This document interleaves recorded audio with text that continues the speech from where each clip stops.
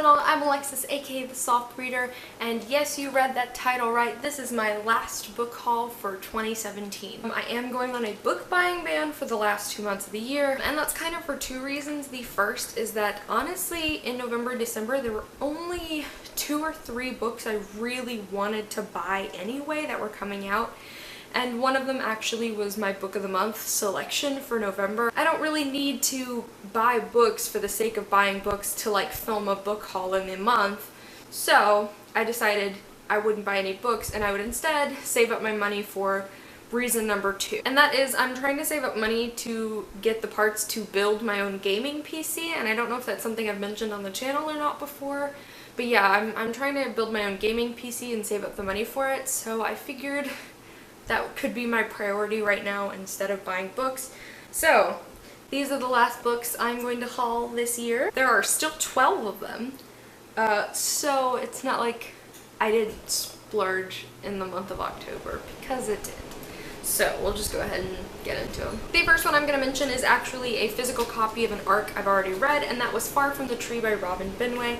I've talked a lot about this one recently on my channel. This basically follows 3 biological siblings who all are connected via their birth mother, and they've all gone on different paths through the foster system. 2 of them were adopted as babies, and then one of them spent 18 years in the foster care system. And it basically starts when the middle child, Grace, decides to give up her own baby for adoption, and that leads her to wanting to know more about her birth mother and her biological siblings. And so it's about these 3 siblings who are just meeting for the first time, becoming a family to one another and getting to know each other, and also getting to know more about themselves through the relationships they're building with each other. I loved this book. It was my favorite read in September. I thought it was just absolutely fantastic, and I highly recommend it. The next one I'm going to mention is another one I had an arc for that I didn't finish reading by the time the book came out, and that is The Memory Trees by Callie Wallace. This is kind of a complicated one to explain. Basically, this follows our main character, Sorrow, who when she was 8, her sister died tragically in a fire, and her father actually moved her away from her family's plot of land in Vermont and her mother to Miami. And so the story takes place 8 years later as Sorrow decides to return to where her mother and her grandmother live on this plot of land her family has had for 12 generations to try and figure out what happened to her sister Patience, and to try and recover memories she lost of that time. This story follows our main character Sorrow's both past and her present, but it also follows the 12 past generations of this matriarchal family as they are feuding with the co-founders of the town that they live in, the Abrams family. And so you're following Sorrow's story, but you're also following the Lovegood family story, pack 12 generations. Spellbook of the Lost and Found by Moira Fowley Doyle.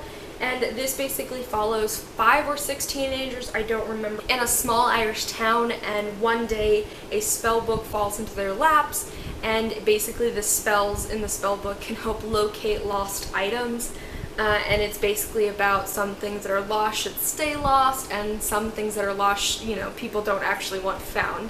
And the reason I really was sold on this, other than that's a really cool premise, is that I know 2 of the characters in this book belong to the LGBTQIA+ community, and they're both female, I believe, and so like I'd heard good things about both this book and the rep in it, and it made me really excited to pick it up. The next one I'm going to mention is Daughter of the Burning City by Amanda Foody, and this basically follows our main character Serena, who is part of this really magical carnival. So she has these hallucinations of people that she considers to be her family and her friends. And it's basically like supposedly she's the only one who can see these hallucinations until one day all of her hallucinations start dying. And so maybe they weren't in her head to begin with. I've heard really cool things about this book. I also know that there are other characters also on the LGBTQIA+ spectrum in this book. But yeah, I've just heard that this book is super cool and really fascinating, and I'm really, really excited to pick it up. The next book I purchased was Autobiography by Christina Lauren, and this follows our main character Tanner, who is put into a writing class, and basically for this writing class they have to spend a semester like creating a novel. And so our main character Tanner decides to write about his family's move from California to Utah, and also about being bisexual. Our main character is bisexual. and along the way he actually falls in love with a Mormon boy who goes to his school. This is another one I've heard incredible things about. People on Goodreads have been giving this really high ratings. CC over Problems of a Book Nerd gave this one a really high rating as well. So it made me really interested to check this one out. And yeah, so heard good things about it, decided I'd go ahead and pick it up. The next one I'm not going to talk too much about because it was actually the book that was in the October Owl Crate, which I did an entire unboxing for, which I will link down below in case you're interested.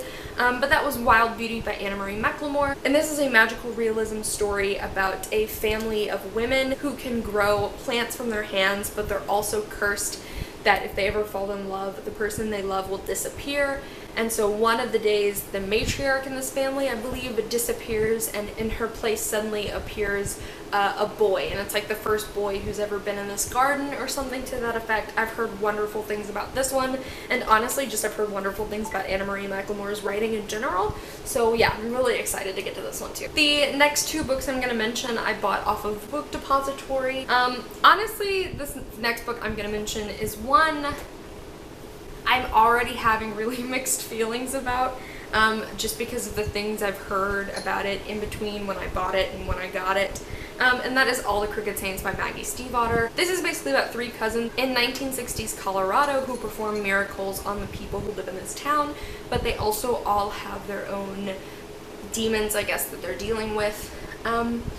I originally purchased this book, one, because I'm a big fan of Maggie Stiefvater's The Raven Cycle, and two, because a lot of people on my Goodreads had been giving this really high reviews.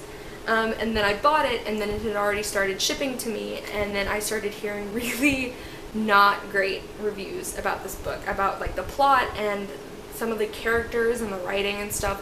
So I'm going into this with mixed feelings already. And so yeah, if you've read this, let me know what you think, because I'm unsure how I'll feel about it. I'll definitely still give it a try, and I'm absolutely a sucker for this cover. I think this cover is gorgeous. But yeah, just let me know what you think of this one. The other book I got from Book Depository was A Line in the Dark by Melinda Lowe, and this basically follows our main character, Jess, who is actually in love with her best friend, Angie, and basically Angie gets a new girlfriend, and Jess becomes increasingly jealous of the relationship Angie has with her girlfriend. And so basically Angie and Jess start hanging out with the girlfriend and her group of friends, and stuff starts to go really horribly wrong and get out of control, and secrets come to light and stuff, and I've heard pretty good things about this one so far. I've been wanting to read a Melinda Lowe book, and this one is just so pretty, the cover, and it just sounds so interesting. I'm really excited for this one. The next one I'm going to mention is the Darker Shade of Magic Collector's Edition, because no one thought I wasn't going to buy this. And honestly, I'm contemplating getting the Barnes & Noble's edition too, because it's silver and it comes with other content. So basically this collector's edition comes with fan art, and they're also signed. Pretty much any place you bought one was signed.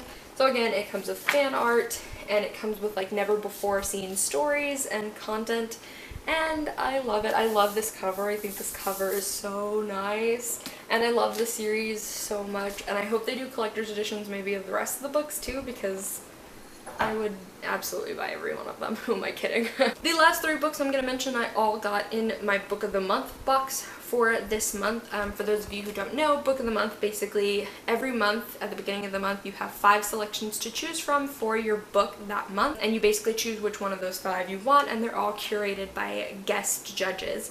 But every month you also have the option to buy 2 additional books to put in that month's box, and these are usually, sometimes they're specials that they're running, and then sometimes you can choose from past selections that they have copies of. Now the reason this is such an incredible deal is because you get hardback books for $9.99 US, which is amazing, especially because some of these are like $25 plus if you buy them in store, and then if you buy them with Book of the Month they're $9.99, which is awesome. I'm not sponsored, by the way, I just really love Book of the Month Club, so I just figured I would pass you guys along in case you don't know how that works. It's awesome. It's such a great deal. So anyway, moving on, my Book of the Month pick for the month of November is Artemis by Andy Weir. This is one of my most anticipated releases for the entire year. If you guys don't know, Andy Weir wrote The Martian, which is one of my favorite books, and so this just sounds so cool. This basically follows our main character Jasmine, who is actually living on Artemis, which is like the first lunar colony, and Jasmine has gotten into some kind of trouble and she needs to get off of Artemis. She wants a better life for herself, and in order to do that, she basically joins up with like a heist crew to commit a heist, and it's been pitched as like a heist story on the moon. And I'm so excited to read this. Like, I hope it's just as funny and just as clever as The Martian is. I've heard that the science talk in this isn't quite as complex as it is in The Martian, but I'm so excited to read this. The next one I purchased off of Book of the Month was Exit West by Mohsin Hamid, and this one has really been popular on BookTube. I know Monica over at She Might Be Monica read it, Ariel Bassett also read it, and this basically follows our two main characters, Nadia and Saeed, and basically the world that they live in is undergoing a civil war. And, you know, there's war constantly going around and it's becoming very dangerous, and a door magically appears before them and they decide to go through it. And I've heard that this is a refugee story set in a more magical setting, but I've heard wonderful things about this book. It's very, very short, but I know people are absolutely loving it.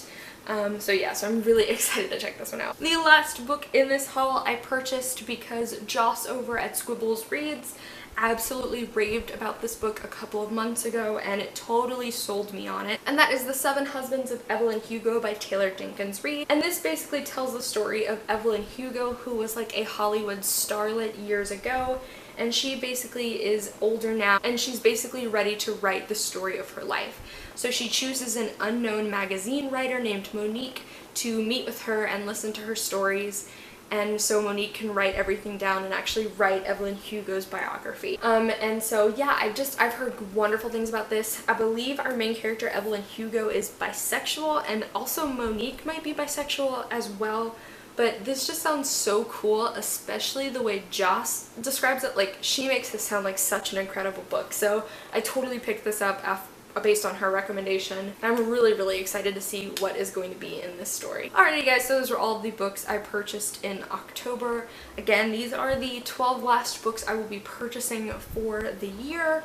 I'm really excited to pick up a lot of these. They all sound so good, and I basically picked them all up on recommendations of other people within the BookNet community. If you guys have read any of these, I would love to know what you thought of them. I upload videos every Monday, Wednesday, and Friday, and I'll see you guys soon with another one. Bye!